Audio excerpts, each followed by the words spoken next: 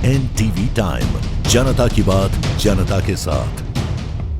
अहमदाबाद के नवरंगपुरा इलाके में एक डॉक्टर के बंगले में हुई चोरी की गुत्थी कुछ ही घंटों में सुलझ गई।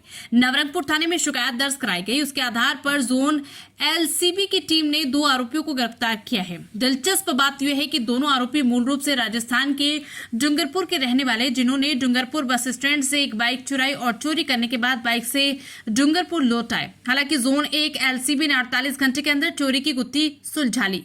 चोरी नवरंगपुर इलाके के पास मुस्लिम सोसाइटी के पास आनंद बंगले में हुई। शिकायतकर्ता महिला ने नवरंगपुरा थाने में शिकायत दर्ज कराई।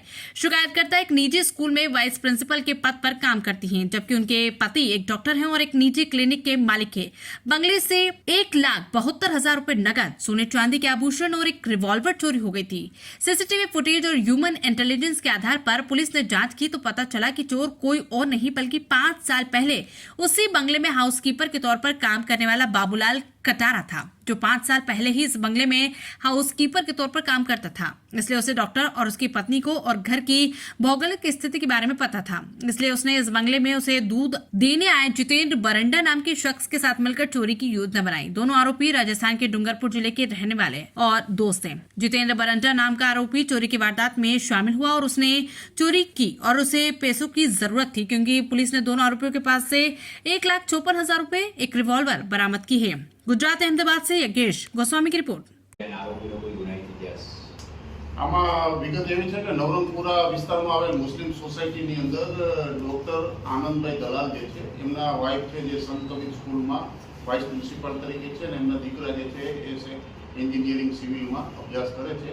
પરિવારમાં ફક્ત 3 જણા હોય અને દિવસ દરમિયાન એ કોલેજમાં અભ્યાસાર્થે ગયેલા હતા, ડૉક્ટર દવાખાને ગયેલા હતા અને આ મેડમ જે છે ફરિયાદી એ સંત કબીર સ્કૂલમાં પોતાના એજ્યુકેશનના કામ માટે સ્કૂલે હાજર હતા। એ દરમિયાનમાં ડૉક્ટર સાહેબ બપોરના સમયે ઘરે આવતા એમના ઘરનું પાછળના દરવાજાનું તાળ કોઈ લોક છે એ કોઈ હથિયાર વડે બળ વાપરી અને ખોલી અને અંદર પ્રવેશ કરીને ઘરની અંદર રાખેલ કબાટના તાળામાંથી સોનાની જે બંગડીઓ તથા એક સર્વિસ રિવોલ્વર જે ડૉક્ટરની સાથે લાયસન્સવાળી હતી એ સર્વિસ રિવોલ્વર તથા એમના ફરિયાદમાં જણાવ્યા મુજબ એમના 50 વર્ષ જૂના ડાયમંડના 2 હાર તેમજ બીજી વસ્તુઓ મળી અને આશરે 17,28,000 રૂપિયાની ચોરી થયેલાની ફરિયાદ 24/9/2024ના રોજ દાખલ નવરંગપુરા પોલીસ સ્ટેશનમાં કરતા નવરંગપુરા પોલીસ ઇન્સ્પેક્ટરે આ કામે તપાસ સંભાળી અને ડોગ સ્કોડ, ફિંગરપ્રિન્ટ તેમજ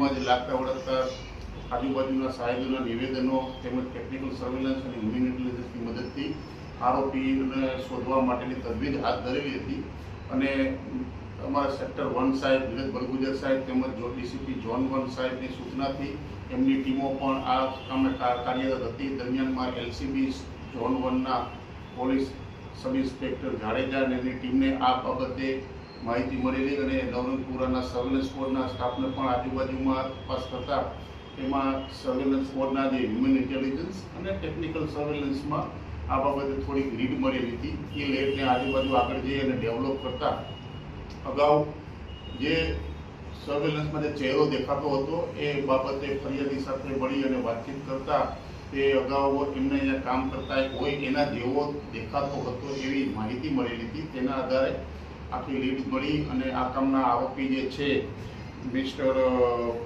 આરોપીમાં જીતેન્દ્ર જીતુ છબીલાલ બરંડા અને બાબુલાલ કાલિયા। આ બાબુલાલ કાલિયા જે છે અગાઉ 2020માં જે કોરોના વખતે એમને ત્યાં ઘરઘાટી તરીકે કામ કરતા હતા, જેથી એમની કાર્યશૈલી અને રહેવાની ટેકનિકલ જે બાબતની એની દિવસમાં ઘરે રહેતા નથી એની જાણકારી હોય એની માહિતીથી વાકેફ હોવાથી એમને દિવસના સમય પસંદ કરી અને ઘરમાંથી આ ચોરી કરેલી હતી અને ચોરી કરી અને તે તેમાં નાસી ગયેલા હતા।